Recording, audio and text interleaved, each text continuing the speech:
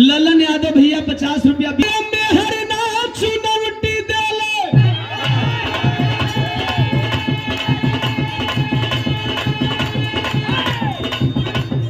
एगो। हालांकि हम जल्दी चैलेंज ना करेला, लेकिन ये चैलेंज बा जब तक ये चुनौती में खैनी रही तब तक हमार गाना रही।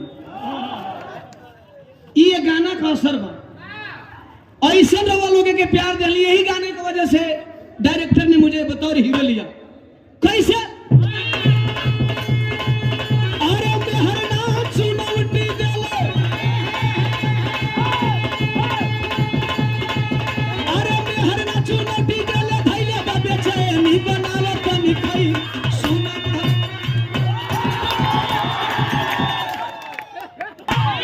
फिल्म में गीत का नया वर्जन शिल्पी राज गौले बड़ी। अरे बिगाड़ ली हला दासा आ कोरही में नासा हो, बिगाड़ ली हला दासा।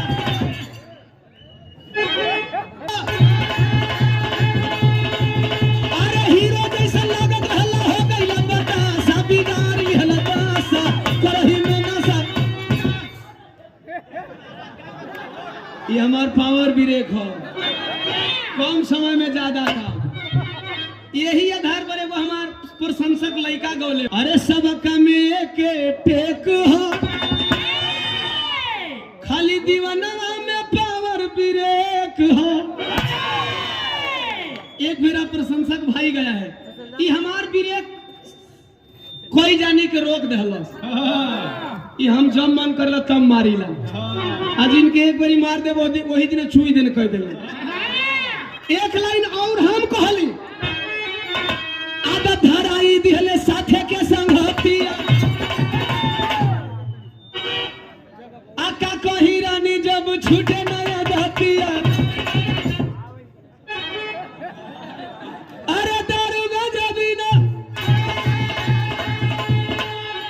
भानु भैया, अगर हम वही के सेटवे मतिन हे जो आके गायब तो का मतलब?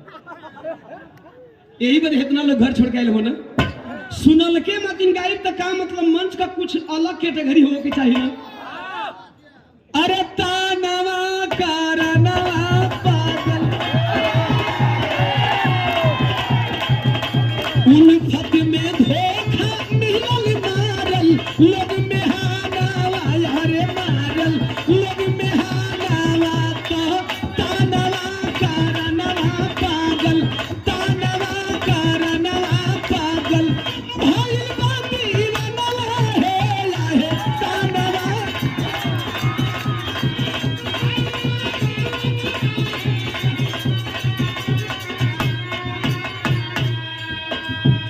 सुरेंद्र भारती मर्दा मदारपुर भागे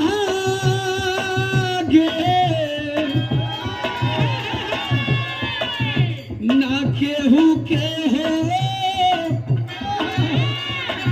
प्यार के बेमारी, कवनो न रोग बाटे एकरा से भारी, कवनो न रोग बाटे।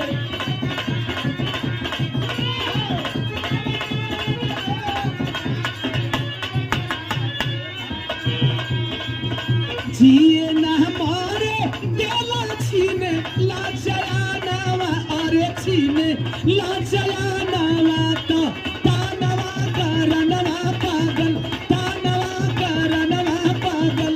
भइल बा दीवानवा हे रहे तानवा का।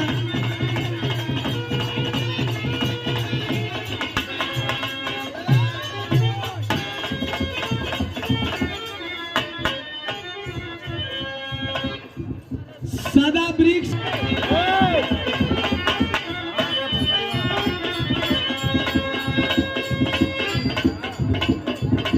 कैसे आओ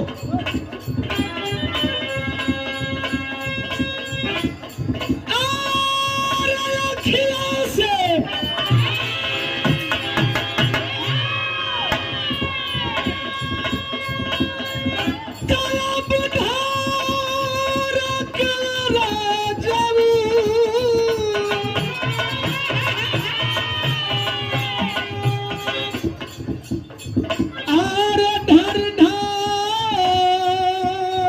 पानिया